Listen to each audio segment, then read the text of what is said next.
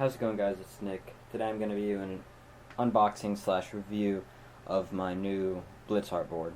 I've had it for about 4 days now, and there's been a few problems which I'll get into in a little bit.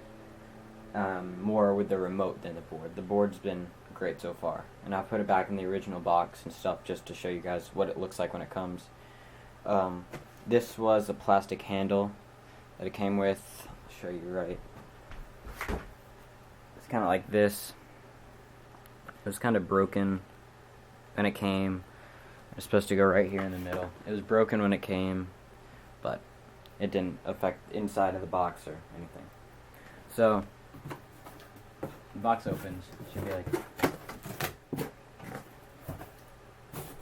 doesn't come with any special padding or anything. It comes like this in the foam, and it comes with this kind of blue plastic wrap around the actual board.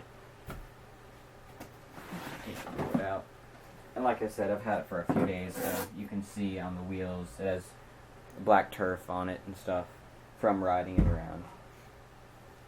And then in here, in this little box, it's the charger and the remote comes. So we're done with this box right now. So this is the box the charger and the remote comes in. I just packed the charger back up. The charger, the port, trying to make it focus here. It's just a normal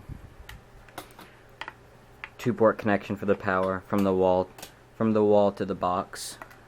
It's just a 2-port connection, and then from the box to the board. I'm trying to focus it here for you. Where is it?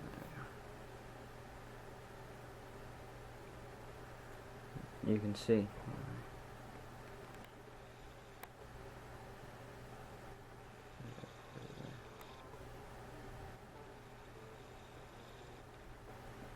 It's just a 3-prong connector, and there's a little groove on this side which goes into the charging port of the board.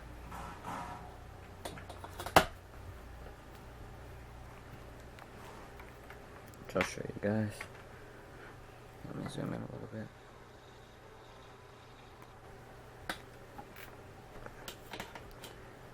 Yeah, right there. Try to... Sorry, I have a little difficulties trying to zoom in so you guys can see.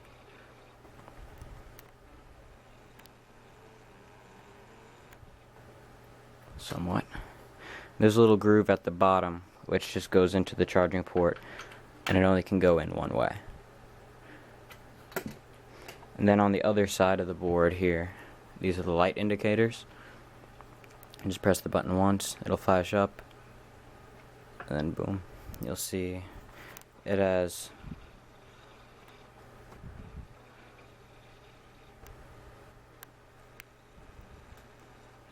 trying to focus for you. It's not focusing too well. But it has, the first 2 are green, and then it's a yellow and red, and the lights turn off as the like if you're on full battery, all 4 lights, 3/4, you'll have, instead of 2 green, it'll be 1 green, then yellow and red. If you're on half, it'll be just a yellow and red, and if you're on one bar, it's just the red. And through the battery, the only flaw that I can say is that when the battery does die, what happens is it just keeps going whatever you're on. So if your battery's almost dead, but you're just going down a hill, it will just cut off, and then there'll be no braking. So you'll just, as long as you know how to ride like a regular longboard, you'll be fine. Zoom back out, and you can see I have a little scuffing right here on the front, and I chipped one of the back. I chipped the motor wheel, the wheel that has the motor on it. Try to zoom in for it real quick. Right, you can see right here on the top, I chipped it. I'm not sure how I did, but I'll show you the remote. And I'll show you and tell you what happened. This is what the remote looks like, brand new. Little switch, and then forward go, back is brake. What happened with my remote is The inside, there's 3 wires that connect. There's 3 wires that connect to the switch. This switch. There's a black, a yellow, and red. Well, the black wire for me broke off of the trigger, I guess you call it, throttle. It broke off, so I had to go in and resolder it and reheat shrink it all. And then it worked for a little bit, and then it stopped working, and I could tell the on-off switch here wasn't able to go fully in the on position because the casing wasn't hollowed out enough. So, and I didn't realize that until after I called them and asked for a new remote. So they sent me a new remote. This is the new remote I got yesterday. This is the remote I have. I hydro dipped it, but now you can see I had dremeled. You can see the difference between these two, how smaller this one is than this one, because I had to Dremel it out. But now this is the remote. This is my remote that I hydro dipped and connected. And I'll show you guys that you pull forward, push forward, goes, pull back, and it breaks. And the switch on the back, you go back, like click it this way, down here, and when you push forward now, it's going in reverse, going backwards. Which, I don't really like that as a switch. I wish that like you could, when you pull back going forward, it's braking, but then if you're at a stop, and then you pull back, I wish it still went in reverse after. And then this button on the side is modes, so I'll click it, so now it's in slow mode. Click it again, and it goes to fast mode. I'm not sure if you guys can hear that, but you can hear a difference. Turn off the battery. They say the battery lasts, I forgot what they said, but I'm reading in the manual here. I'll read what specs they say. They said the charge time's 2.5 to 3 hours. In my experience from a dead battery, it only took about 2 hours for me. So it's not bad.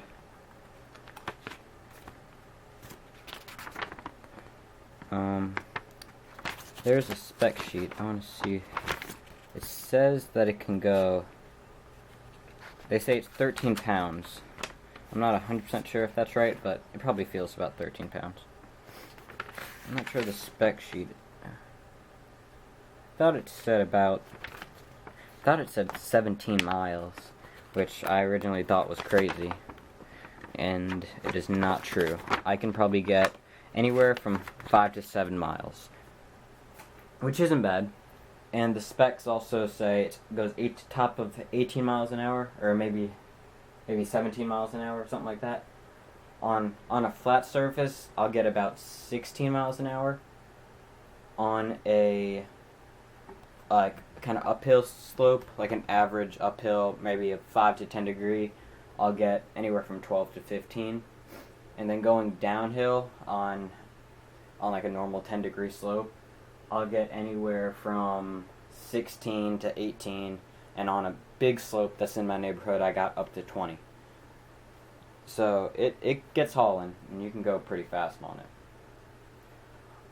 The price, and you can tell it's very similar to a boosted board, and that's what everyone thinks of when you get an electric skateboard, is a boosted board.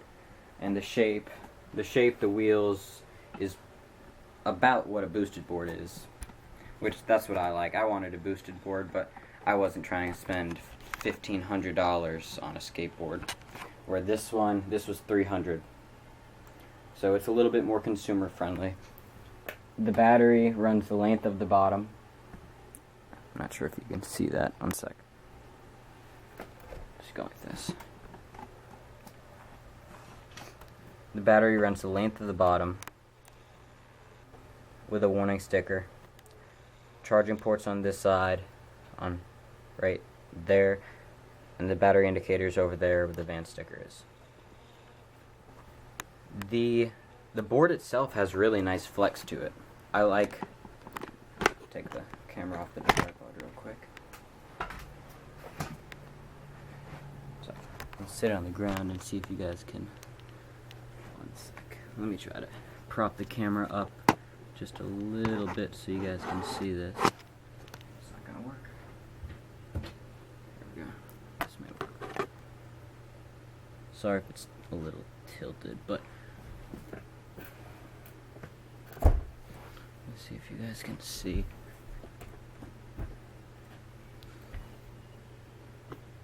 There we go. It's not the greatest flex of the board, but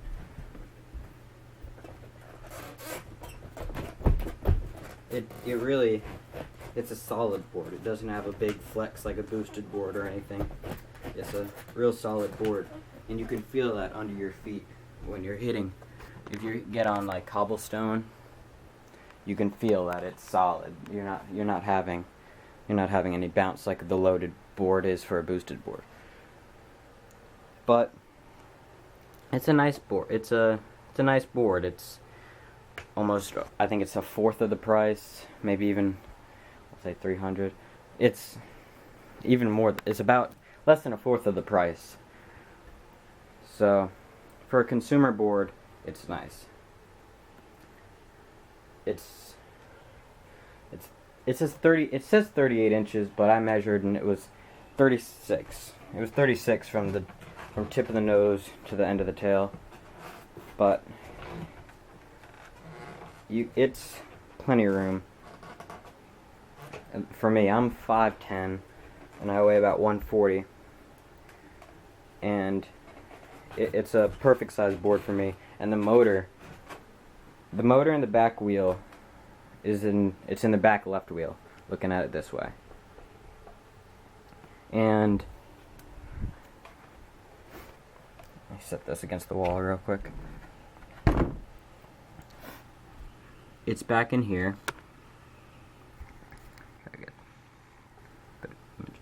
It's in here, and when the wheel spins, the wheel is really just the motor spinning. Like, it's a brushless motor. And the engine wheel, the only thing I've seen is that, if I get a ruler real quick, all the other wheels, let me flip the camera upside down.